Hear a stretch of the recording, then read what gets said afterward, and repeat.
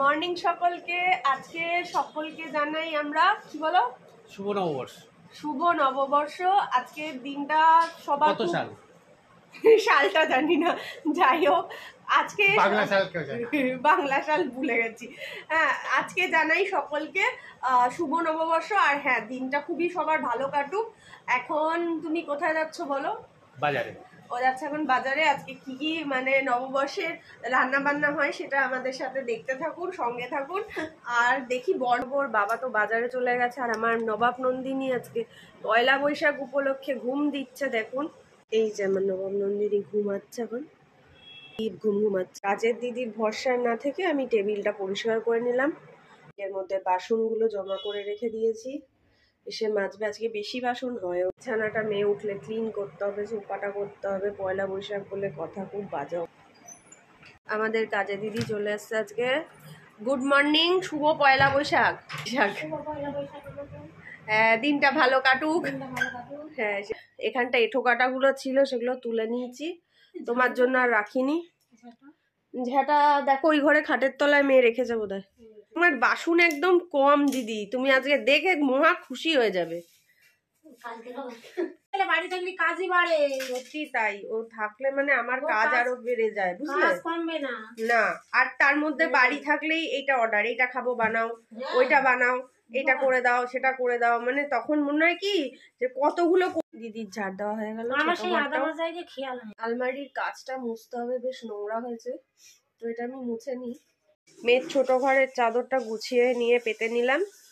আলমারিটার কাঁচটাও সুন্দর করে মুছে নিয়েছি, দেখুন। আলমারিটাও মুছে নিয়েছি। ফ্রিজটাও মুছতে হবে, একটু নোংরা নোংরা হয়েছে। ফ্রিজও মুছে নিয়েছি, দেখুন কিরকম ডাস্ট বেরিয়েছে, এটা পুরো নোংরা হয়ে গেছে টিস্যুটা। জায়গাটাও পরিষ্কার করে নিলাম। এবার একটা না রিমোটে স্ট্যান্ড কিনতে হবে, বুঝলেন বন্ধুরা? কোথায় ভালো পাওয়া যায় অনলাইনে জানাবেন তো, জানা থাকলে। এই মামা ওঠ না মা, ও বাবাই ওঠো ওঠো। না বাবা, আর না বাবা। আচ্ছা তাহলে ওই আজকে বন্ধুরা এই বেড কভারটা বাঁধবো, নতুন বেড কভার, বালিশের কভার সমেত। তো টাটা।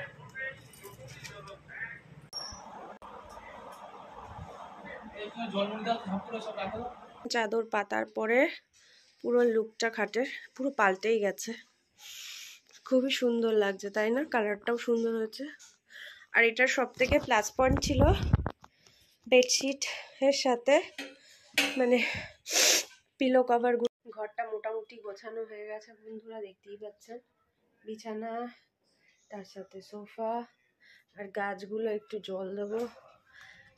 এই গাছগুলোর মধ্যে ওই গাছটা যেমন নতুন আমি ছোটোটার থেকে বড়টায় ট্রান্সফার করেছি, আর এখানে একটা ছোট্ট লেবু গাছ হয়েছে, আর এটার মধ্যে কতগুলো লঙ্কার দানা ছড়িয়েছি, জল দিচ্ছি। তো এইগুলোকে আমি না একটুখানি ভাবছি জল দিয়ে স্প্রে করে দিই, কারণ গাছগুলো যদি একটু জল দিয়ে স্প্রে করা হয়। বন্ধুরা ঘরের কাজ মোটামুটি হয়ে গেছে, প্রচণ্ড গরম লাগছে। ফ্যানটাও এখন অফ করে রেখেই করছিলাম যাতে ধুলোবালিগুলো না ওঠে। কিছু গোছানো গাছানো, দিদির কাজ করা কমপ্লিট, দিদি চলেও গেছে, বাসনও মেজে দিয়ে গেছে, ঘর মোছা হয়ে গেছে, সবই হয়ে গেছে মোটামুটি। এবার রান্না করার পালা। ভেবেছিলাম আজকে বরকে দিয়ে করাবো, কিন্তু কপাল আজকে কাজ পড়ে গেছে ওর, তো কাজে চলে গেল। কি করব, ওষুধপত্রগুলো শেষ হয়ে গেছিলো, তো বর তো বাজারে গেছিলো, বাজার তো এনেছেই, তার সাথে সাথে আমার কিছু ওষুধপত্রও এনেছে, সেগুলো আপনাদের সাথে শেয়ার করি, দেখাই। যেমন এই একটা ক্রিম দিয়েছে ডাক্তারে, এটা নাকি দাগগুলো চলে যাবে আস্তে আস্তে। এই একটা ক্রিম। তারপর আমার স্লাইনের বোতলটাও শেষ হয়ে গেছিলো, যেটা দিয়ে আমি পরিষ্কার করি, সেই স্লাইনের বোতল আর গজ। আর তার সাথে আমার এই ওষুধটা, একটা ওষুধ যেটা আর কি আমার ডাক্তার দিয়েছে, যেটা আমার শুকানোর জন্য, কাঁচাগুলো আর কি। তো এই ওষুধ এক একটা আমার 3 দিন করে খেতে হয়। এটা হচ্ছে শুকানোর ওষুধটা, সেই ওষুধ, এই যে দেখতে পাচ্ছেন এই ওষুধটা। আর তার সাথে এটা দিয়েছে ব্যথার ওষুধ।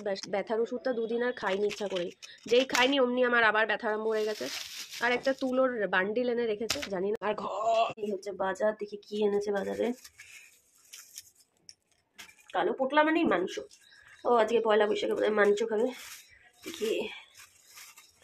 মাংস বাবা। আর নিয়ে এসছে আলু পেঁয়াজ, এগুলো ধুয়ে নিতে হবে, সব মাংসের সাথে ঠেকাঠেকি করে নিয়ে এসছে, তো এগুলো ধুয়ে নিই। বাথরুমে নিয়ে এসছি, এগুলোকে ধুয়ে, মাংসটা ধুয়ে তারপর ফিরে আসছি। আলু পেঁয়াজ আদা ধোয়া হয়ে গেছে, মাংসটা ধুয়ে জল ঝরাতে রেখেছি ঝুড়ির মধ্যে। জলটা ঝরে যাক, তারপর এটা ম্যারিনেট করবো। লাউ কেটে নিয়েছি, লাউয়ের মধ্যে মটরশুঁটি, আর এখানে চিংড়ি মাছ রয়েছে, করবো লাউ চিংড়ি। টক দই রেখেছি পাশে, এখানে মাংসের আলু, পেঁয়াজ, আদা, রসুন সব কাটা হয়ে গেছে, এটা লাউ চিংড়ির আলু। আর এখানে মাছও রয়েছে, মাছটা কালকে করবো। এই চিকেনটাকে ম্যারিনেটেড, এর জল ঝরানো আমার কমপ্লিট। এর মধ্যে দিয়ে দেবো আগে টক দই 2 চামচ। এই যে টক দই দিয়ে দিচ্ছি 2 চামচ, বেশি দেবেন না, তাহলে কিন্তু জিনিসটা টক হয়ে যাবে। এই 1 চামচের পর এই আরেক চামচ দিলাম, 2 চামচ টক দই, ব্যাস। আমি কালকে বেটে রেখেছিলাম, এর মধ্যে রয়েছে জিরে আর গোলমরিচ বাটা, তো এটাও মাংসে একটু দিয়ে দেবো। জিরে মরিচ দেওয়ার পরে দিয়ে দিচ্ছি 1 চামচ মতো রসুন থেতো করে নিলাম সেইটা। এবার দিয়ে দিচ্ছি এর মধ্যে সর্ষের তেল। এবার এটাকে ভালো করে ম্যারিনেট করবো। সর্ষের তেল বেশ অনেকটাই দিচ্ছি, এই পরিমাণে 2 চামচ মতন তো দিচ্ছি। অল্প একটু হলুদ গুঁড়ো দিয়ে দিচ্ছি, খুব অল্প ধনিয়ার গুঁড়ো।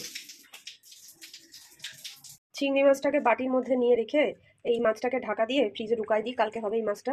আজকে আর এই মাছটা তো করবো না, এটা নুন মাখানো ছিল শুধু, হলুদ তার দিইনি তখন। এদিকে চিকেনটাকে তো মশলা দিয়েছি, এবার এটাকে ভালো করে আমি মাখিয়ে নিয়ে ফিরে আসছি। মাম্মা স্নান টান করে উঠে এখন ঠাকুর পুজো দিচ্ছে। ঠাকুরের যে বাসি ফুলগুলো আছে সেগুলো এই প্যাকেটটার মধ্যে জড়ো করে রাখছে। বেলটাও তুলে নাও, বেলটা কাউকে দিয়ে দেবো। ছোট্টু বেল খাবি? আচ্ছা, তাহলে মাসিকে দিয়ে দেবো কালকে বেলটা, ঠিক আছে? আচ্ছা, বেলটার মধ্যে রাখো। ঠাকুরের বাতাসাটাও তুলে নাও। তুলেছো? আচ্ছা, এবার ঠাকুরের বাসনগুলো ধুয়ে ধুয়ে এখানটায় গাছের গোড়ায় দিয়ে দাও জলগুলো, ঠিক আছে? আচ্ছা, ঠাকুরের বাসন ধুয়ে ঠাকুরটা পুজো দাও, ওখান থেকে ওপর থেকে বাতাসা দাও, সব করো। আমি পরে একটা মোমবাতি ধরিয়ে দিয়ে যাবো, ধূপকাঠি ধরিয়ে দেবে, ঠিক আছে? তুমি পুজো করো, আমি যাই রান্না করি। ভাতটা চাপিয়ে দিয়েছি চাল ধুয়ে। এখানে কালকের 1 বাটি ভাত ছিল ফ্রিজে, সেটাকে ভাতটা হয়ে গেলে ওই ভাতে মিশিয়ে দেবো।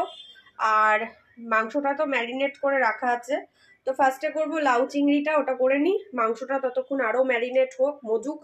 আর পেঁয়াজগুলো করে নেবো চপিং, তার জন্য চপারটা বের করে নিয়েছি। আর আদা রসুনের পেস্ট, সেটা আমি এখানে এটার মধ্যে থেতো করে নেবো। তো যাই হোক, দেখতে থাকো, সাথে থাকো। পুজো দেওয়া কমপ্লিট হয়ে গেল, ধূপ দেখাচ্ছে এখন ঠাকুরকে। দেখি কিরম সাজিয়েছে। ভালো পরিষ্কার করেছে, ভালো সাজিয়েছে ঠাকুরকে। আলু তো ভাজি, তার সাথে সাথে লাউ চিংড়ির জন্য যে আলুটা কেটেছিলাম ওটাও দিয়ে দিলাম। এটা ছোট আলু তো, এটা তাড়াতাড়ি ভাজা হয়ে যাবে। মাংসের আলুটা সিদ্ধ হতে টাইম লাগে। আর এদিকে ভাত ফুটছে, এদিকে আমার চপিং হয়ে গেছে, পেঁয়াজ কুচানো, আর এদিকে হয়ে গেছে আদা রসুন থেতো করা। তো মোটামুটি প্রিপারেশন কমপ্লিট, শুধু রান্নাটা হওয়ার অপেক্ষা। তো রান্নাটা করে ফিরে আসছি বন্ধুরা, তারপর তোমাদের সাথে দেখা হচ্ছে। রান্না কমপ্লিট হয়ে গেছে, যেরকম আপনাদের বলেছিলাম। এই যে আলু দিয়ে মাংসের ঝোল, মুরগির মাংস, খাসি আমি খাই না। এখানে লাউ চিংড়ি রেডি, আর এখানে ভাত রেডি। আজকে আমাদের শুভ নববর্ষের এই মেনু।